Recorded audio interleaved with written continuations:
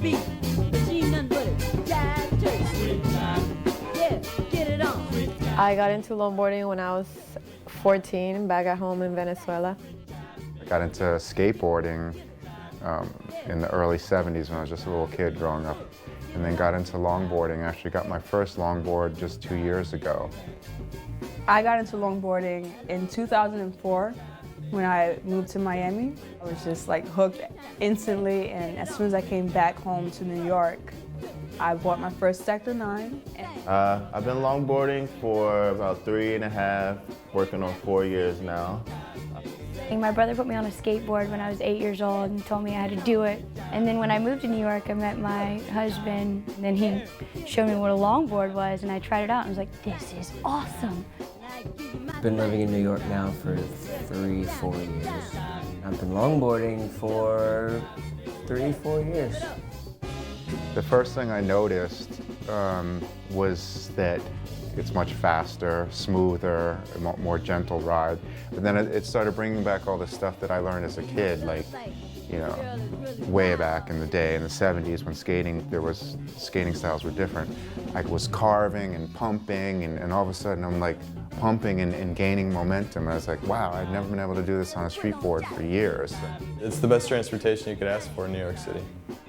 What I try to continually be focused on in my skating is the function of skating, especially the commuting kind of push culture that we have here in New York City. Longboarding is a better means of transportation because it's certainly a lot quicker, more direct route usually to places from point A to point B, and walking's for suckers. It started out for fun, but now it's like my means of getting around the city. Then I realized, I'm just like, wow, like skateboarding in New York City, it's my gym. Like, instead of like being on a treadmill, this is like what I can do. Like, and I was doing it in the winter too.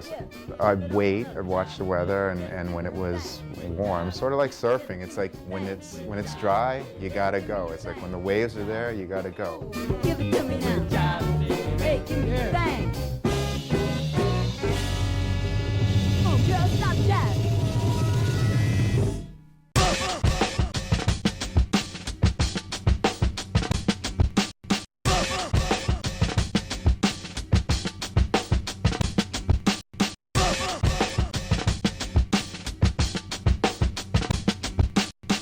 Now let's practice using your subconscious mind. From my experience in longboarding in New York City and all the craziness we encounter, I don't think we have any enemies. I think we work out our enemies, if you can put that in a Zen perspective. We're like the water flowing around rock. You have some of the most unaware pedestrians, I think, in the world. They just walk out into traffic and don't even like look to make sure somebody's coming or not. These crazy cabbies who've got like anger management issues, who are trying to run you off the road. You've got cyclists who've got a vendetta out for you. Cabs, trucks, we're gonna get pinched. If we feel like we're gonna get pinched, we slam on the side of the door and we keep going.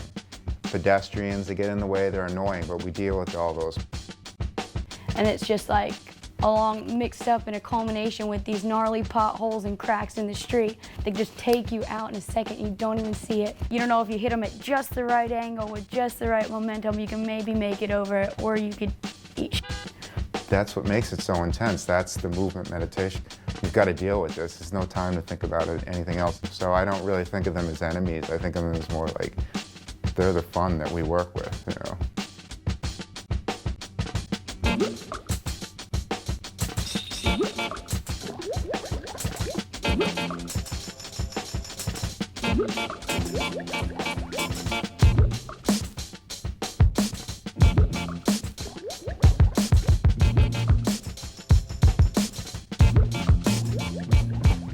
Amazing Asia, Deja, hazy ways, my blazing arrow. The race that range from Asia way to Rio de Janeiro. A crazy crave, but look, today's the day that in a major way I make you say, oh look, he saved the day and also paved the way. Working my just like razor blades today and days away from now. Okay, okay, I'm like a laser ray, keeping the stage ablaze. Dangerous ways, dropping.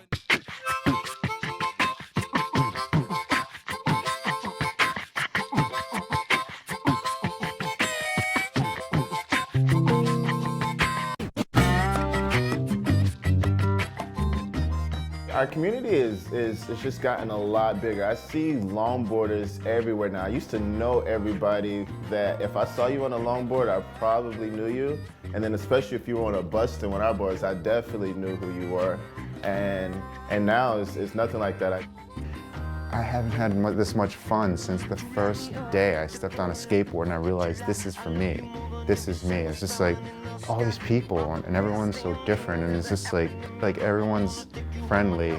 People are super fast, some people are slow, some people are casual. I just love the whole thing. I love that energy and that impact that we have like on the outside. I learned how to longboard in Barcelona. You see it in France, you see it in Spain. Riders across the world are grabbing on and grabbing a board and hitting the streets. Well, I'm Jamaican. My mom is from Jamaica, and we don't do this kind of stuff out on the island. Longboarding is evolving. It's going to be crazy the next 5-10 years. We're always talking about longboarding and how the scene in the industry is developing so quickly. It's how you can master one trick or you have good command of it and then you add on. That's how it works. That's where the creativity and thinking and putting these things together. So what we're seeing now is great, but it can keep going. It can go forever. Yes, it was.